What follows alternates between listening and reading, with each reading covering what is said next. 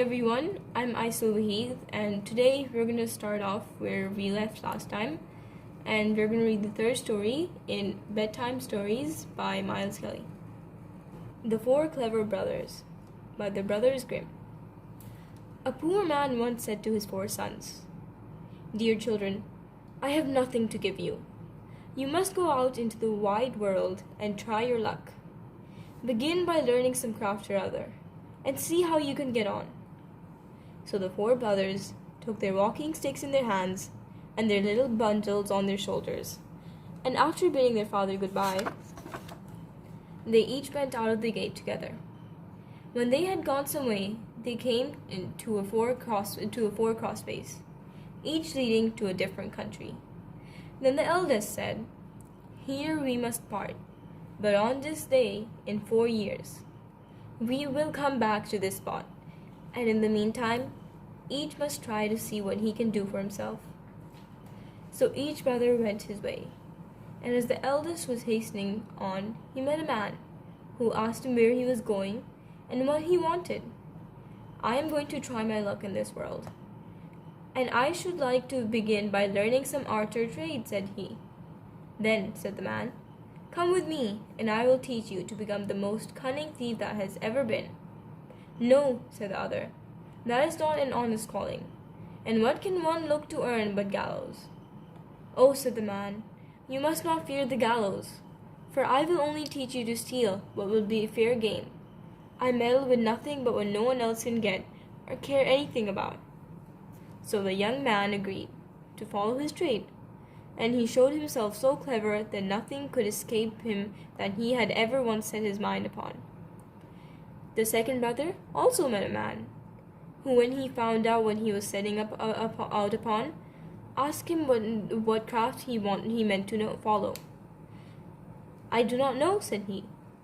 "Then come with me and be a stargazer. It is a noble art, for nothing can be hidden once you understand the stars." The plan pleased him so much, and he soon became such a skillful stargazer that when he served out his time and wanted to leave his master, he gave him a glass and said, "With this you can see all this passing sky and on earth, and nothing can be hidden from you." The third brother met a huntsman, who took him with him and taught him so well about hunting that he became very clever in the craft of the woods.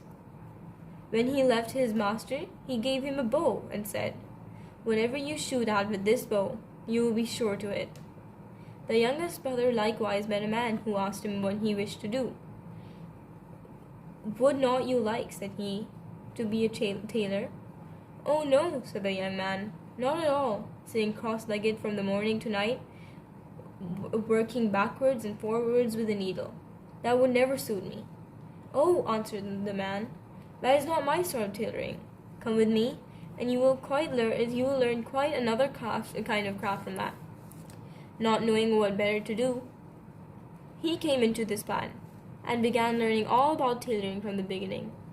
When he left his master, he gave him a needle and said, "You can sew anything with this, be it as soft as an egg or as hard as steel, and the joint will be so fine that no seam will ever be seen." And after the space of 4 years, at the time agreed upon, the four brothers met at the four crossroads, and having welcomed each other, set off towards their father's home.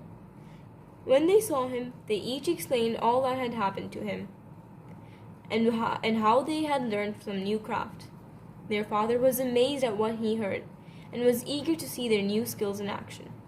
So one day, as they were sitting before the house under a very high tree, the father said, "I should like to test what each of you can do."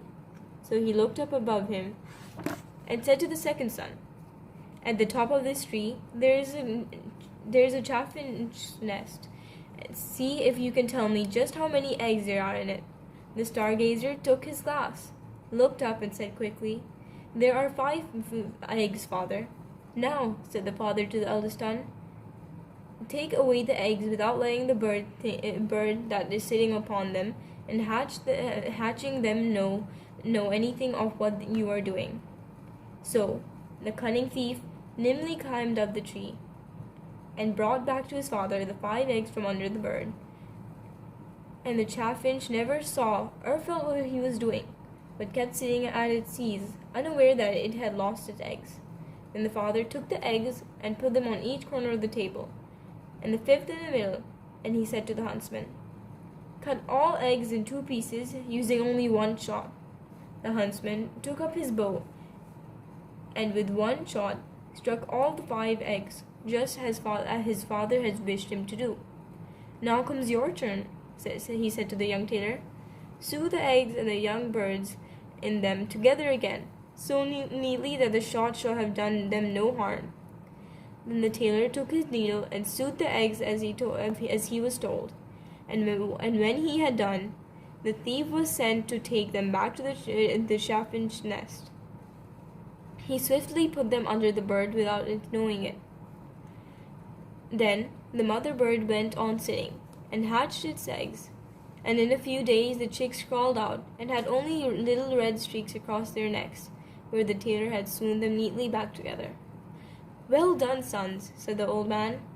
"You have made good use of your time, and learned something worth knowing. But I do not know which of you ought to have the prize. I wish that a time might come for you to turn your skill to some account." Not long after this, there was a great bustle in the country, for the king's daughter had been carried off by a mighty dragon. The king mourned over his loss day and night, and made it known that whoever brought his precious daughter back to him should have her for a wife. It was thought by everyone to be an impossible rescue mission. But the 4 brothers said to each other, "Here's a chance for us. Let us try what we can do." And they agreed to see whether they could not set the princess free. "I will soon find out where she is," said the stargazer, and he looked through his glass. He soon cried out, "I see her far off, sitting upon a rock in the sea, and I can spy the dragon guarding her." Then the stargazer went to the king and asked for a ship for himself and his brothers, and they sailed together over the sea till they came to the right place. There they found the princess sitting, as the stargazer had said, on the rock, and the dragon was lying asleep, with his head upon her lap. "I dare not shoot at him," said the huntsman, "for I should kill the princess also." "Then I will try my skill," said the thief. They got into a small boat and snuck up to the rock. The thief quickly stole the princess away from under the dragon, who did not wake. Then away they hastened with her, back towards the ship. But soon came the dragon, roaring behind them through the air, for it awoke and missed the princess.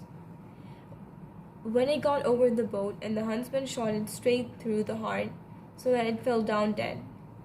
They were still not safe, though, for it was such a great beast that in its fall it overset the boat, and they had to swim into the open sea upon a few planks. But the tailor stitched the pieces back together, and they got back safely. When they had brought the princess to her father, there was great rejoicing, and he said to the brothers, "One of you shall marry her, but you must settle amongst yourselves which is to be." There soon arose a quarrel, and the stargazer said, "If I had not found the princess out, all your skills would have been of no use. Therefore she ought to be mine." "Your seeing her would have been of no use," said the thief. If I had not taken her away from the dragon, therefore she ought to be mine." "No, she is mine," said the huntsman, "for if I had not killed the dragon, although it would, after all, have torn you and the princess into pieces. And if I had not sewn the boat together again," said the tailor, "you would all have been drowned." The king said, "Each of you is right, and as all cannot have the young lady, the best way is for neither of you to have her. The truth is, there is somebody she likes a great deal better. To make up for your loss, I will give each of you half a kingdom." The brothers agreed that this plan would be much better than quarreling or marrying a lady who loved another. So they accepted, and lived happily for the rest of their days.